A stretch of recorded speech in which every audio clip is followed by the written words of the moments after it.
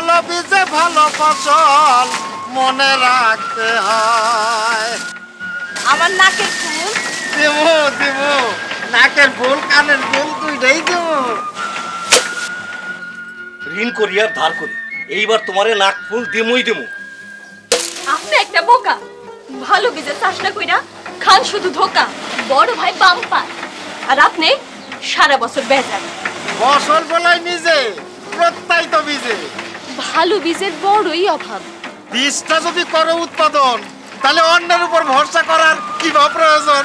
তা তো করি, কিন্তু ভেজাল হইয়া যায়। খাঁটি বীজ কেমন করে পাই? আধুনিক জাতের প্রত্যায়িত বীজে চাষ করছ না নিজে? আহা, নিজেই তো করি, এরপরও কত দৌড়াদৌড়ি। শোন বলি, কেমনে করবি বীজ ফসলের চাষ, কেমন করে রাখবি সে বীজ সুস্থ বারোবার।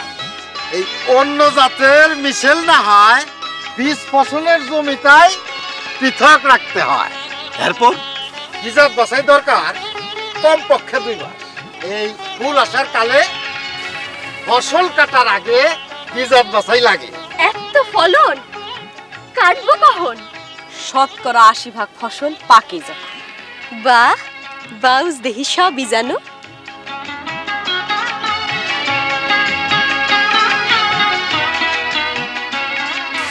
মারাই ধারাই প্রয়োজন, জানে সর্বজন।